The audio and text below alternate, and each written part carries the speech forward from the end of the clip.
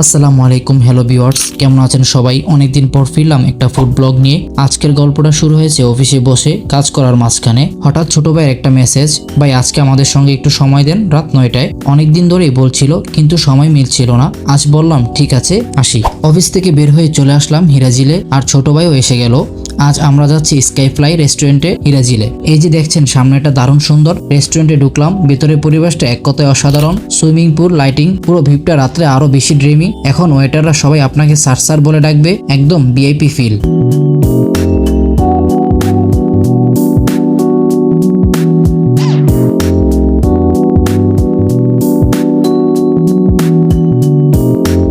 আমরা উঠলাম দোতলায় ডিনার করার জন্য। জায়গাটা একদম পারফেক্ট। যারা ফ্যামিলি বা বন্ধুদের নিয়ে আসবেন বা বিএফজিএফ সবার জন্যই পারফেক্ট।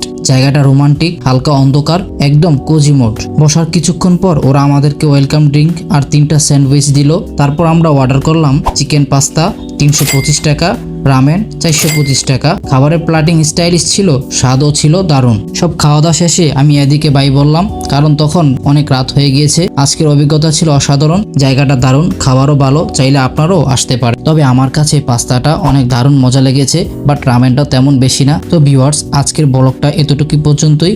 ভালো লাগলে শেয়ার দিন, আর নতুন নতুন ব্লগ পেতে পাশে থাকুন, শেয়ার করুন। আল্লাহ হাফেজ।